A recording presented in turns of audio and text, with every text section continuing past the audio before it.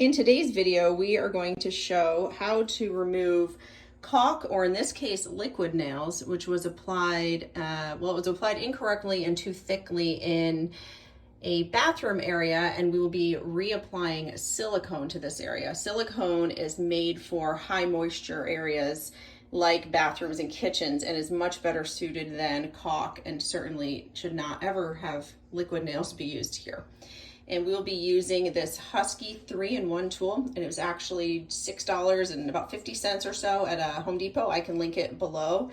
And remove it with this tool and then clean the surface a little bit better with either a putty knife, or in this case we're going to be using a 5-in-1 tool, before you apply the new silicone to this area.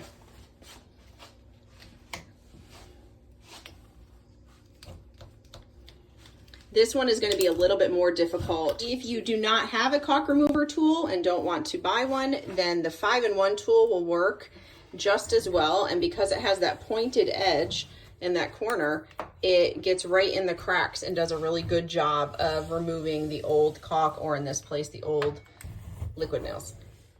So at this point, as you can see, the old sealant, it could be caulk, in this case it was liquid nails, it has been removed and the surface has been all cleaned up, and it is ready for the silicone to be applied. Today we are going to be using this GE Supreme silicone. It's actually made for windows and doors. It can obviously also be used in bathrooms and kitchens. We use it because it is more durable and lasts even longer than the bathroom and kitchen silicone. And one tip just to remember is when you cut the end off of a caulk or a silicone, the smaller the tip, the better. You can always cut a bigger opening if you need it, but this smaller tip will ensure a nice clean bead when you lay it. So a nice thin bead of the silicone.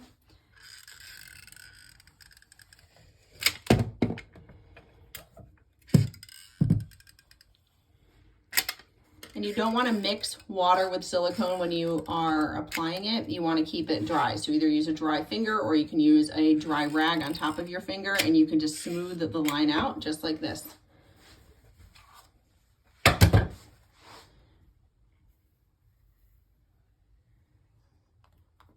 So you don't need much to do its job, and just sealing in that crack and just making sure that there is no moisture that can get in there. So it does not need to be a huge amount.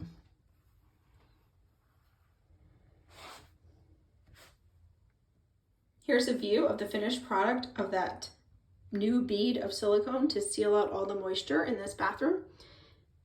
I hope that you found this video useful on how to provide better moisture protection in your bathroom.